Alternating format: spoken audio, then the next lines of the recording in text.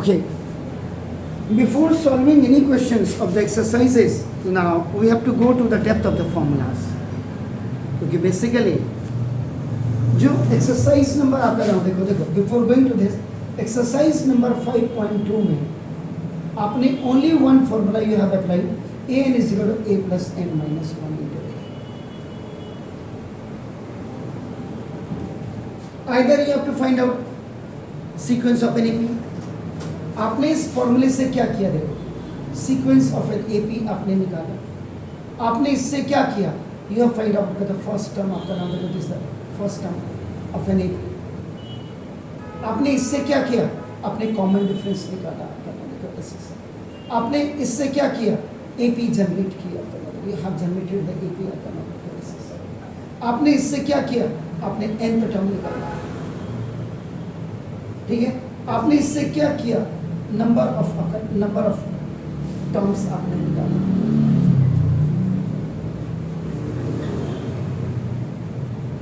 इसी में सब कुछ आपने इससे क्या किया, आपने इससे an माइनस 1 भी निकाला. इसका मतलब a प्लस n की जगह n माइनस 1 इंटू आपका नाम देखो d हो गया. आप देखो a प्लस आपका n माइनस 2 इंटू d आपका हो गया. आपने इससे क्या किया, आपने इसमें कॉमन डिफरेंस आपका नाम देखो this is d is equal आपने an माइनस 1. Exercise number 5. अब बात करते हैं आपका नाम, we talk about the exercise number 5.3. इसमें इसने इट्स वेरी क्लियर आपका नाम देखो दिस. इसमें आप सम ऑफ nth टर्म निकालोगे. सम ऑफ n's के लिए एक तो आपका नाम आप इनफाइनाइट एपी के लिए आप जा सकते हैं. जब इनफाइनाइट एपी के लिए आप जाएंगे तो Sn इज इक्वल टू आपका देखो ना n/2 2a plus n minus 1 into D बन जाएगा. If you are going for आपका नाम देखो दिस इनफाइनाइट एपी के लिए अगर आप जा रहे हैं उस समय आपका नाम दिस था, उस समय आप Sn is equal to n/2 और आपका देखो a plus. Before going to any exercise पहले हमको ये क्लियर होना चाहिए कि उस एक्सरसाइज में आप जब खोलते हैं, किताब को खोलते हैं, पहले ऊपर क्वेश्चन नंबर 1 से लेकर के क्वेश्चन नंबर 10 है या 20 है या 30 है, how many number of questions are there आपका ना, उनको पहले एक सरसरी निगाह से आप देखो कि कौन सा फॉर्मूला आपका और बिल्कुल क्लियर है. अगर आपका लॉजिक बहुत ज़्यादा क्लियर है, अगर आपने बहुत ज़्यादा एक्सरसाइजेस घर में बैठ के किए, एक्सरसाइज का मतलब प्रैक्टिस किए, एक ही क्वेश्चन में सब कुछ हो जाता है. जो आपने पिछले जुलाई 20 के बाद के जो वीडियोज़ हैं उनको आप देखिए. ये तो आप मेरी लाइफ का मतलब सबसे पहला आपका फर्स्ट टाइम में इनके जो एक्सरसाइजेस को करा रहा, लेकिन नहीं कराता था पहले. इसके पुराने वीडियो को आप देखो 2 साल के या 1.5 साल पीछे के, हम ये एक्सरसाइज नहीं करते थे, सारी किताबों का ले लेते थे. और अपन इस समय थोड़ा सा मैंने वो एक्स्ट्रा किया 12. एनी हाउ सर, अब आप सॉल्यूशन नंबर आपका नाम देखो, क्वेश्चन नंबर 1 का आपका नाम देखो. आइदर आपने इसके लिए गए फॉर्मूला या इसके लिए आप जा रहे हैं, लेकिन आपका स्टेटमेंट आप वही लिखेंगे, let small a be the first term of an AP and d is the common difference.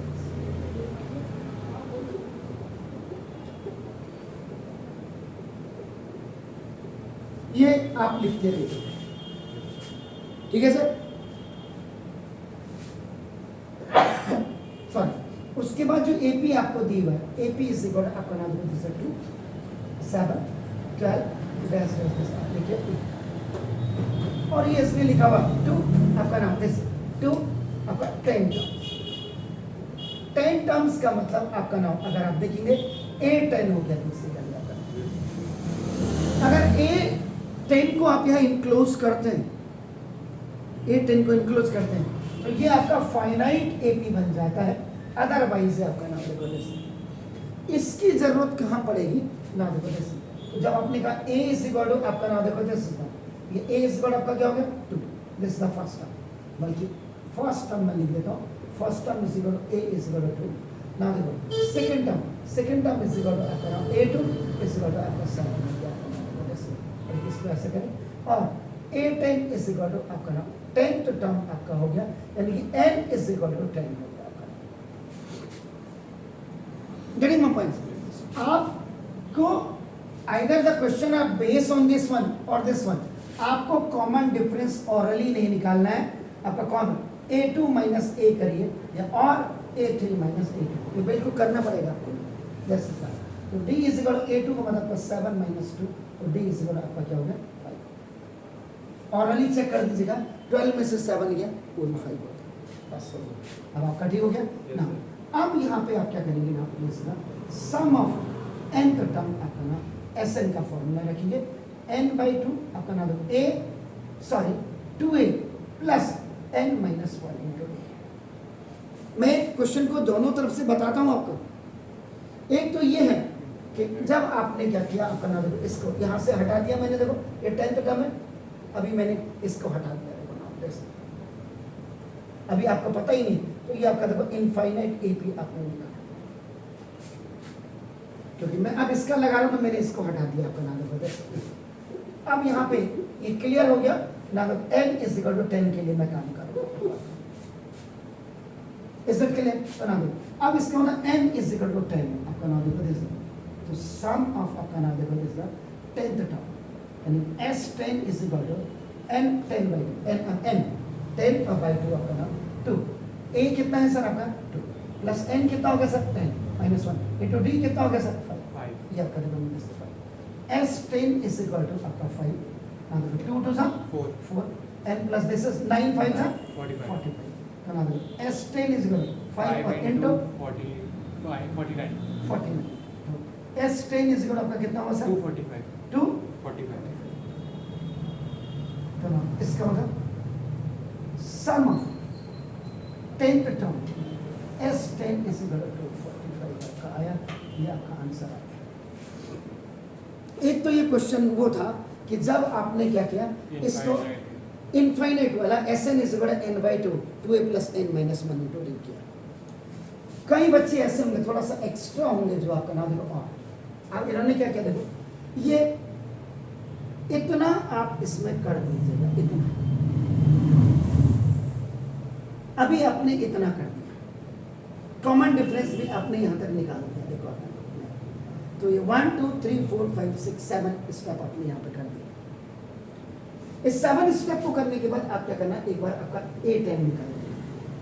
A10 का मतलब आपको ना देखो जैसा 10 इज इट क्लियर? बिल्कुल A प्लस आप क्या कर देंगे 9, beautiful. A is what sir 2 plus 9 into D is what sir 5, आपका कितना हो गया 9 5 सर 8 आपका क्या आ गया sir 47।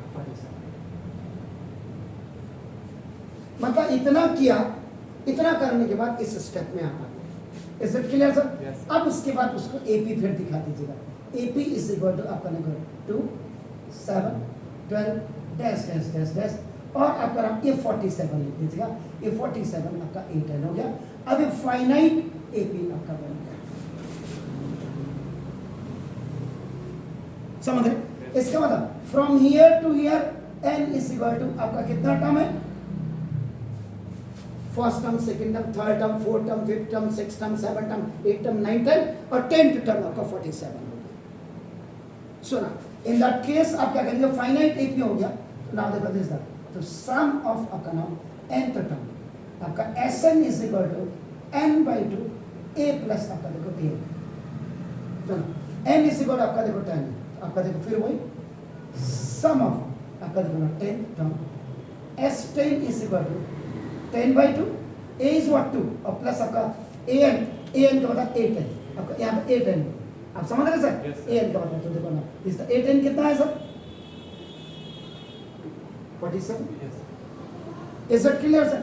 So now S10 is equal to आपका दिस 5 खल्लास और इनटू आपका कितना होगा sir 49, S10 is equal to आपका ना 49 5 सर।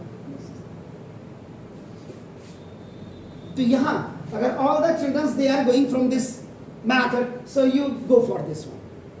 देखो यूनिक होना चाहिए, अल्टीमेट और यूनिक आपका होना चाहिए, तभी आपका काम होगा। Is it clear? सो अब आप मुझे बताइएगा कि ये क्वेश्चन नंबर 1 के देयर आर 4 पार्ट्स, किस पार्ट के लिए मैं जाऊँगा, for which part I have to go, fourth वाले के लिए। Okay, very nice, have you done this? ये कर लिया, दैट्स गुड, ओके।